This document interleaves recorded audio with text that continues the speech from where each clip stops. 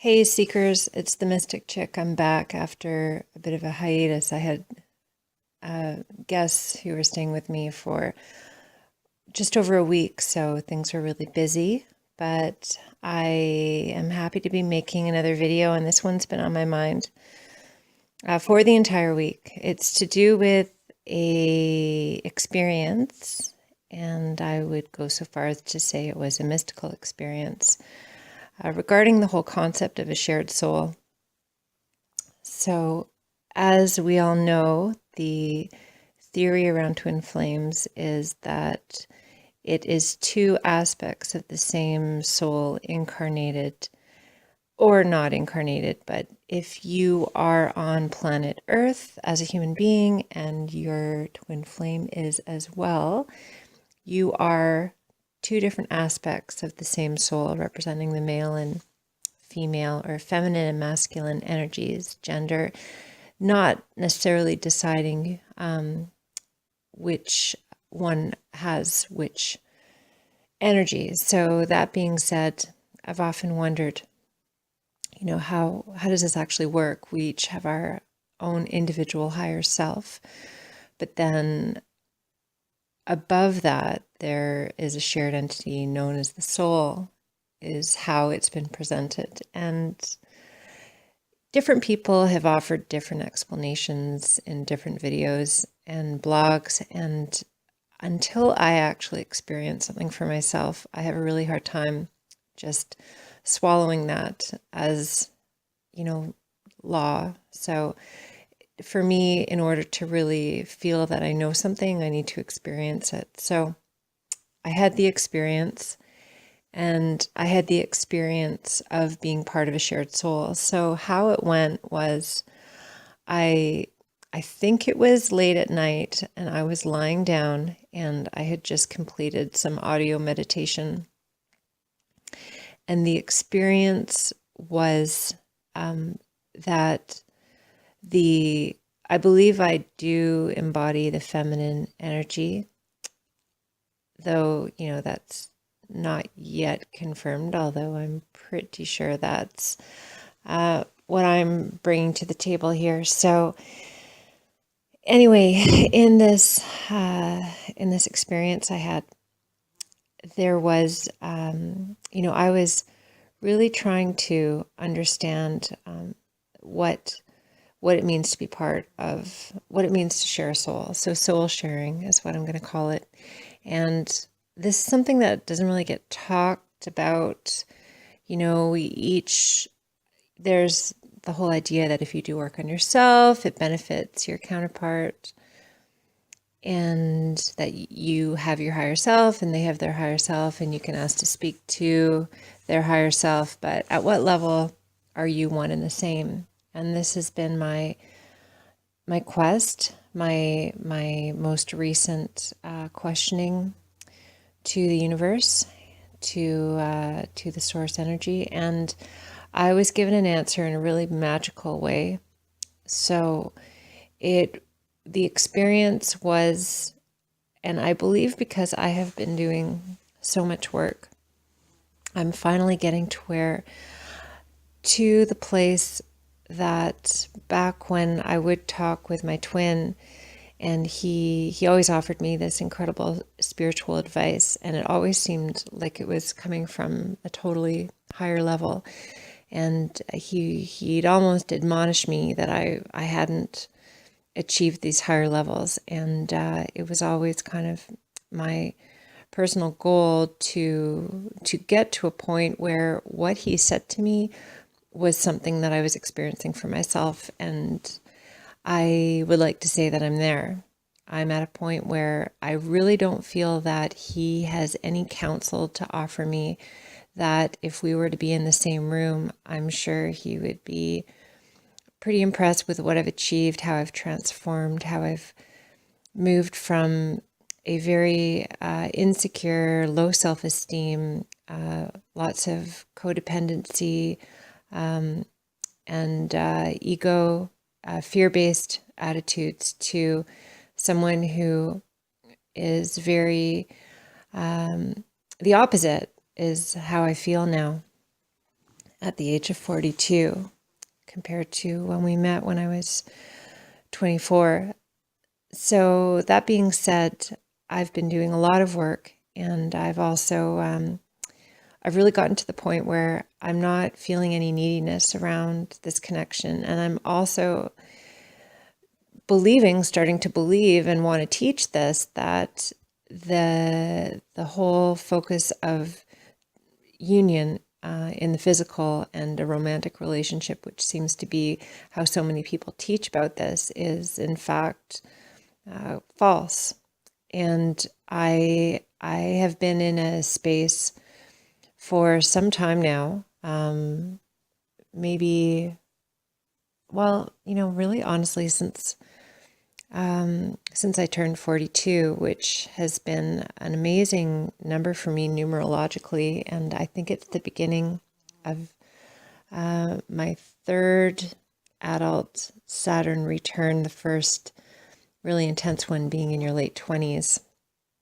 So whereas the other two Saturn returns, I had not learned my lessons, this one is feeling very much like I have learned my lessons, and I'm moving forward with a light heart, clear energy. And I don't know if I do have some more work on myself in terms of issues and ancestral stuff.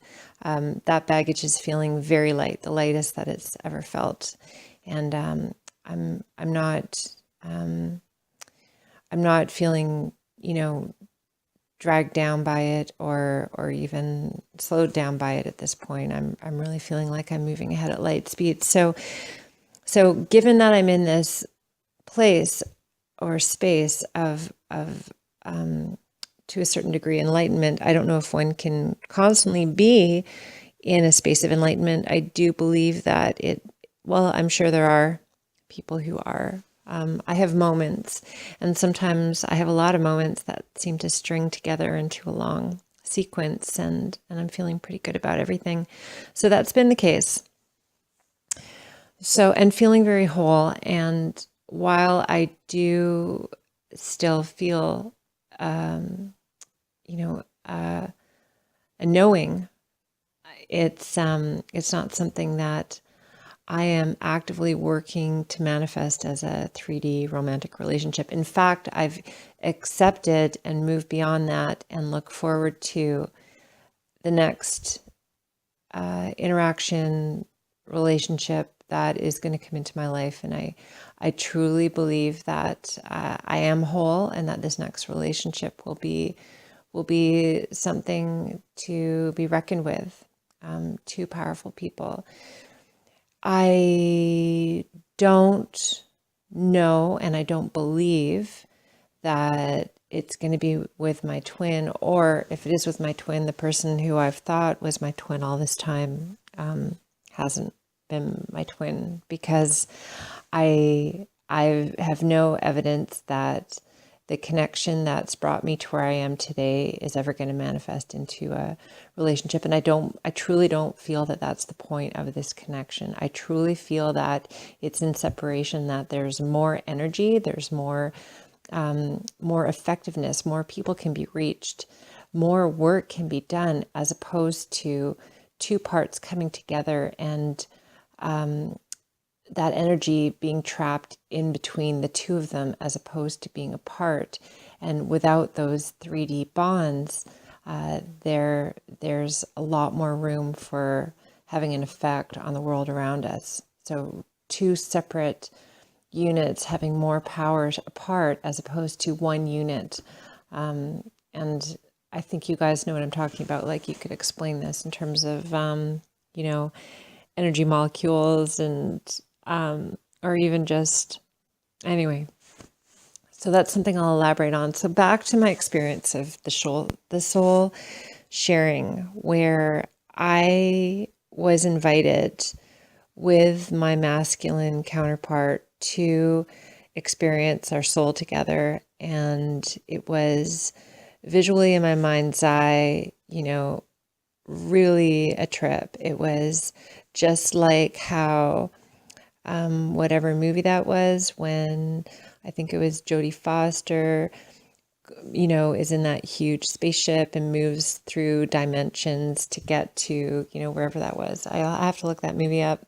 That's what it was like. And, kind of computer graphics at their finest. And there was this profound wisdom. So this totally superseded higher self. This totally superseded spirit guides. Like this was like this all-knowing and this all-knowing entity that felt ancient and infinite, communicated to both of us, myself as the feminine energy and my counterpart as the masculine energy, that it was the wholeness of, we were a part of it. And in fact, we weren't just two parts of it. We were the male and female energies of this greater entity, but there was so much more to this entity than just the two of us. So if I could explain it like a massive spaceship comes down and two drivers walk out, and one's female and one's male, or feminine and masculine. So the feminine and masculine energies are, the drivers are, integral to the operation of the spaceship, but the spaceship itself is like something that is so sophisticated and complex. And the two drivers, the male and female, are, they are inside it helping navigate it, but there's so much more to it. So, when we talk about, the insight for me was, you talk about masculine energy and feminine energy, and together you're whole, and that's it, and you're this one soul. That's really simplifying it, and it's actually not entirely correct. So while within a soul there is the embodiment of female and masculine, there is so much more to it. And I think that's the multidimensional stuff, higher dimensional stuff that, is just so hard for us to comprehend. But basically, you share a spaceship with your twin flame, and that spaceship is in another dimension. And the two of you have come from that spaceship, and are basically touching down here on Earth, while that's hovering way up there, possibly, 6, 8, I don't know, not fifth dimensional. It doesn't seem like it. So yeah, that was, and I felt the reason I was invited to experience this was because I'd achieved balance with my masculine energy. So I would speculate that where I'm at right now, where I feel no push or pull towards my counterpart, there's a knowing and there's just a knowing of that counterpart, but no ego desire around that knowing. And as a result of having achieved that balance, and like I said, I finally caught up to where I feel he's been at all along, and that was part of the agreement we made. The further agreement is, just because we're at this point in space and time, there's, we're sophisticated. It's not like, okay, throw out the baby with the bath water, and, get rid of all our lives and rush together because we finally have this cognizance of what our situation is. Far from it. He's going to live his life and I'm going to continue to live mine. And it's so nice to finally live my life, finally knowing, yet not having this push and pull feeling kind of almost eat away at the connection.